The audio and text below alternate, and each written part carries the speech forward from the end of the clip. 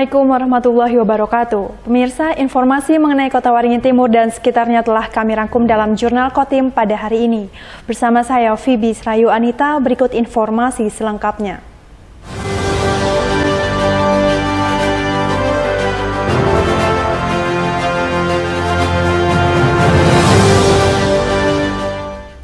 Sejak Januari hingga pertengahan Oktober 2022, Balai Konservasi Sumber Daya Alam atau BKSDA Pos Sampit Kota Waringin Timur telah menerima dan menyelamatkan 21 ekor satwa dilindungi.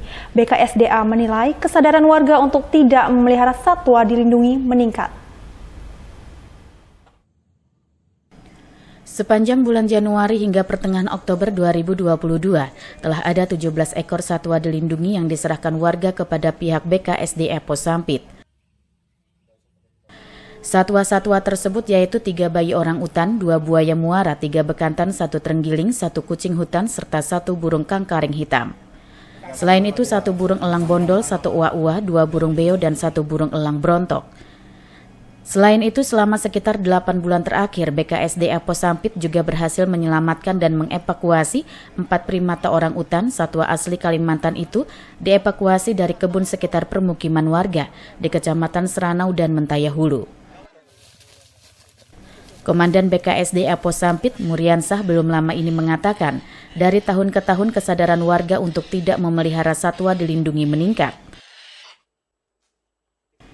Warga yang melihat atau mengetahui kemunculan satwa dilindungi juga segera menginformasikan kepada petugas.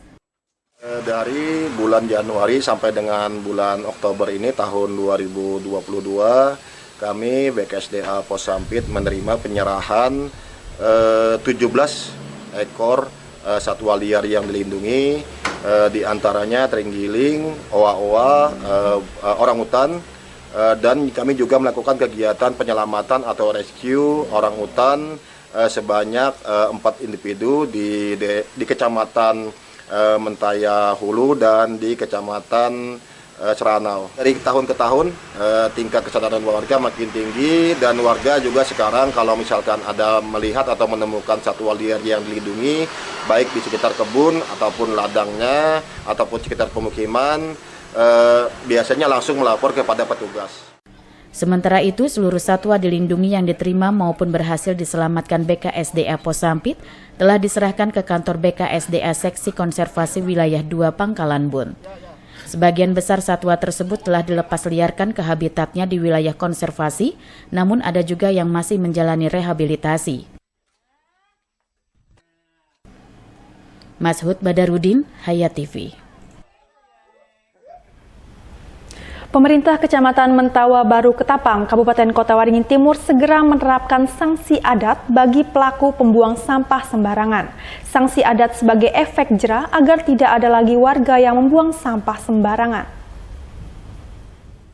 Jangan lagi, Mang. Sejak beberapa bulan terakhir, jajaran pemerintah Kecamatan Mentawa Baru Ketapang aktif mensosialisasikan sanksi adat bagi pembuang sampah sembarangan di kelurahan. Sanksi adat diberlakukan sebagai efek jera bagi pembuangan sampah sembarangan agar tidak lagi mengulangi perbuatannya, serta sebagai contoh buruk yang harus dihindari masyarakat. Camat Mentawa Baru Ketapang, Hedi Hidayat mengatakan, setelah sosialisasi di 5 kelurahan selesai dilakukan, rencananya sanksi adat diluncurkan dan mulai diterapkan pada bulan Oktober ini. Jika nantinya ada warga tertangkap tangan atau dilaporkan membuang sampah sembarangan dengan bukti foto atau video, akan dilaporkan ke Damang untuk dipanggil dan disidang adat. Menurut Edi, sejak disosialisasikannya sanksi adat dan dipasangnya spanduk himbauan di beberapa lokasi, kebiasaan warga membuang sampah sembarangan dirasa mulai berkurang. Jadi setelah itu diresmikan, setelah di launching, berarti mulai saat itu apabila ada warga yang tertangkap tangan ataupun ada yang dilaporkan dengan membawa bukti berupa foto, berupa video, maka nanti lurah akan melaporkan ke Damang dan Damang akan menindaklanjuti dengan memanggil dan melaksanakan sidang adat. Alhamdulillah sejak kita laksanakan sosialisasi dengan dipasangnya spanduk di wilayah yang biasanya dibuang sampah sembarangan, contohnya di Jembatan Patah itu, sejak dipasang spanduk sosialisasi, di situ ada gambar camat dengan ada foto gambar Padamang, alhamdulillah hampir 90% orang yang membuang sampah di situ berkurang. Kalau biasanya sebelum ada itu 1 hari aja kita tinggal, besoknya itu sudah menumpuk. Memang dampak setelah kita sosialisasi ini sangat terasa, bahkan sampai 90% untuk wilayah-wilayah yang rawan sampah itu. Dengan pemberlakuan sanksi adat diharapkan dapat menghilangkan kebiasaan warga membuang sampah sembarangan dan membuang sampah di depo-depo sampah yang tersedia. Sehingga Kecamatan Mentau Baru Ketapang khususnya Kota Sampit bisa lebih indah dan rapi bebas dari sampah.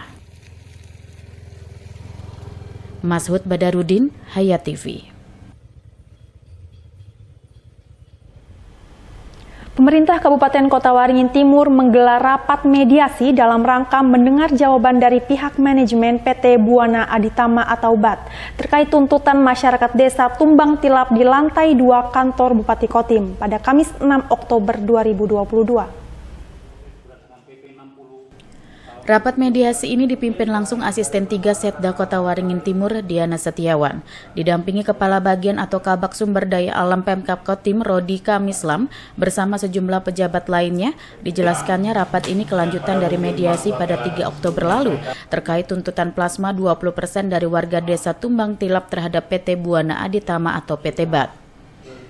Diana menerangkan secara tegas pihak pemerintah daerah telah menjelaskan semua aturan terkait kewajiban PT BAT. Pada rapat 3 Oktober lalu, yakni perusahaan wajib memenuhi kewajibannya memberikan 20% kepada warga. Namun pada mediasi ini PT BAT tetap ngotot tidak bersedia dan menolak tuntutan plasma 20% warga tersebut. Keputusan PT BAT yang menolak tuntutan plasma 20% terhadap warga desa Tumbang Tilap dikembalikan kepada kedua belah pihak untuk menyelesaikannya. Sebab Pemkab Kotim di rapat sebelumnya pada 3 Oktober lalu sudah cukup membahas semua aturan termasuk hak dan kewajiban kedua pihak terkait plasma. Tapi PT BAT tetap tidak bersedia untuk memenuhi itu. Nah ini yang terjadi. Makanya hari ini saya simpulkan ya sudah silahkan kedua belah pihak. Karena masyarakat menuntut akan melakukan pemortalan kembali, ya saya mau melarang kan tidak mungkin, saya menyuruh pun tidak mungkin. Ya keputusannya silakan kepada kedua belah pihak. Itu aja, saya tidak panjang lebar untuk keputusan pada hari ini. Karena kemarin pada tanggal 3 itu sudah cukup kami membahas semua aturan. Semua aturan termasuk surat yang disampaikan tadi sudah kami bahas semua. Ya. Diana kembali mengingatkan PT BAT hanya memiliki izin lokasi dan IUP namun tidak memiliki HGU. Padahal saat mereka mengajukan HGU itu di dalam arealnya sesuai ketentuan ada kewajiban memberikan 20% plasma dari luasan lahan kepada warga setempat. Normansa, Hayat TV. PT Buana Aditama atau BAT dengan tegas menolak tuntutan plasma 20% dari warga desa Tumbang Tilap, Kecamatan Bukit Santuai pada rapat mediasi kedua yang difasilitasi pemerintah Kabupaten Kota Waringin Timur pada Kamis 6 Oktober 2022. PT BAT berdalih bahwa mereka telah memenuhi kewajiban kebun masyarakat sekitar dengan bermitra bersama Koperasi Bina Sejahtera. Ketersediaan lahan sepenuhnya disediakan oleh masyarakat sekitar dan pembangunan lahan kebun sepenuhnya telah difasilitasi oleh PT BAT. Dalam hal ketidaktersediaannya lahan sebagaimana yang dimaksud, pada butir 3 di atas, perusahaan akan memenuhi kewajiban fasilitas pembangunan kebun masyarakat dalam bentuk kemitraan lainnya, sebagaimana yang diatur dalam peraturan perundang-undangan di bidang perkebunan yang berlaku saat ini. Selanjutnya, menurut perwakilan PT BAT, terkait dengan izin pelepasan kawasan hutan yang telah diperoleh perusahaan, sesuai dengan PP nomor 60 tahun 2012 dan PP nomor 105 tahun 2015. Dengan demikian, perusahaan merujuk pada ketentuan saat ini sesuai dengan surat Kementerian LHK. Menanggapi jawaban PT BAT yang menolak tuntutan plasma 20% tersebut, Asisten 3 Setda Kotim Diana Setiawan menegaskan untuk sanksi yang berhak mengeluarkan adalah dari Kementerian LHK dan Pemkab tidak berwenang untuk menindaknya. Kalau sanksi kita tinggal di situ masih menunggu kalau sanksi ya. Jadi menunggu. Jadi sanksinya seperti ini karena dia itu dulu kawasan yang memberikan sanksi dari kementerian boleh mencabut itu. Boleh mencabut persetujuan pelepasannya kemarin. Tapi kementerian bukan pemerintah daerah. Nah itu. Jadi yang mencabut pelepasan maupun tukar-menukarnya itu adalah Kementerian LHK. Karena mereka yang mengeluarkan bukan kami. Diana memahami ketidakpuasan warga desa Tumbang Tilap terhadap jawaban dari manajemen PT BAT. Untuk itu, atas semua keputusan yang dihasilkan, Pemkab Kotim mengembalikan kepada kedua belah pihak untuk kembali melakukan mediasi ulang. Normansa, Hayat TV.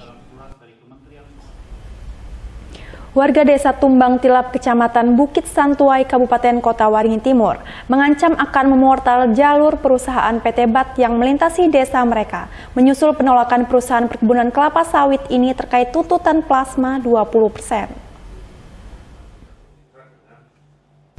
Setelah menggelar rapat mediasi dengan agenda mendengarkan jawaban dari manajemen PT Buana Aditama atau BAT yang menyatakan menolak plasma 20%, tentunya membuat perwakilan warga desa Tumbang Tilap sangat kecewa bahkan mengancam akan memortal jalur perusahaan PT BAT yang melintasi desa mereka.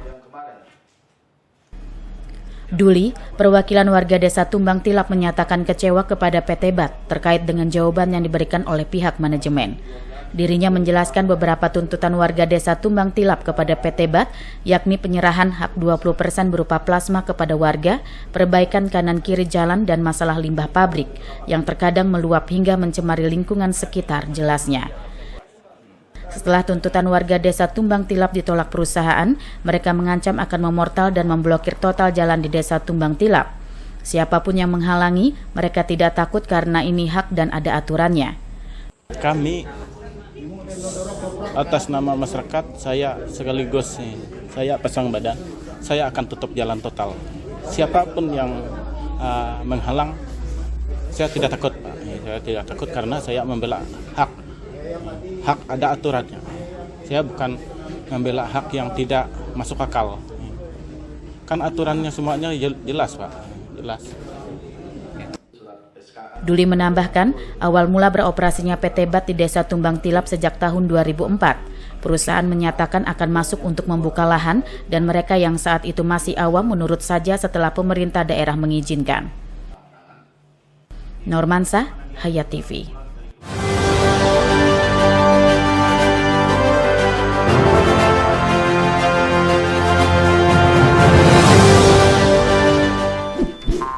Nonton siaran televisi digital? Bagaimana ya cara menangkap siaran televisi digital? Pertama, pastikan di daerah Anda sudah ada sinyal siaran televisi digital. Kedua, gunakan antena UHF di dalam atau di luar rumah Anda. Ketiga, pastikan televisi Anda sudah dilengkapi penerima siaran digital DVB T2. DVB T2 merupakan jenis sinyal yang digunakan Indonesia dalam penyiaran televisi digital. Keempat, pilih autoscan, lalu pindai televisi Anda. Bagaimana jika televisi Anda masih analog? Pasangkan set-top box, televisi Anda otomatis menangkap siaran digital. Bersih gambarnya, jernih suaranya, canggih teknologinya.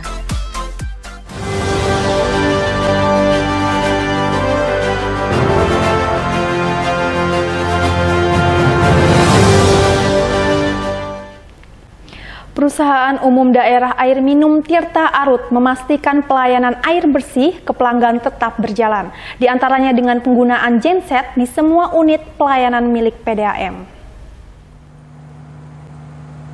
Perusahaan Umum Daerah Air Minum atau Perumdam Tirta Arut Pangkalan Bun memastikan bahwa layanan air bersih ke pelanggan tetap mengalir selama pemadaman listrik oleh PLN sejak Selasa kemarin.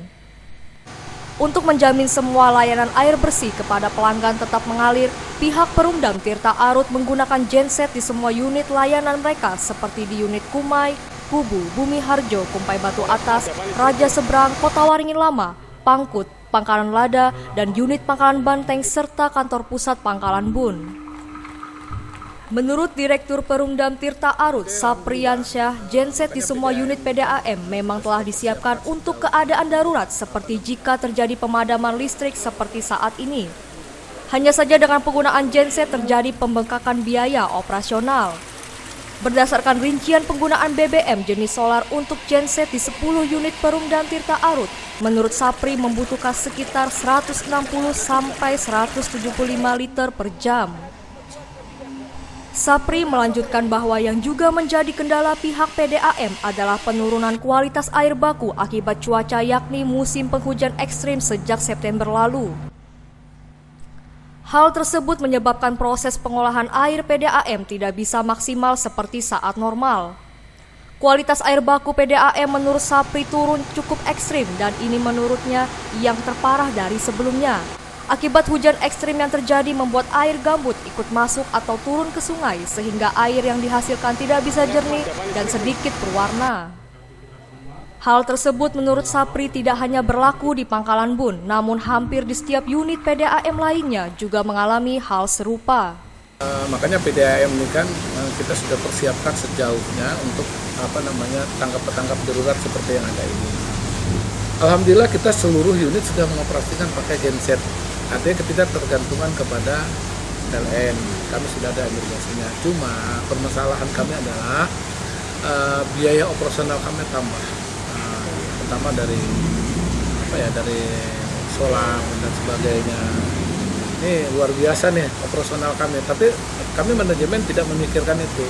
Bagi kami bagaimana masyarakat terlayani air bersih ini dengan baik dan tidak ada keluhan, air tidak ngalir dan sebagainya itu kami hindari itu. Tambah naik kita kalau pakai genset kapasitas kita tambah naik karena kan itu full kan dia tidak terpengaruh kepada pelanggan lain termasuk PDAM per unit itu tadi. Kepada para pelanggan, Sapri berharap agar kiranya dapat memahami terkait dengan keadaan saat ini.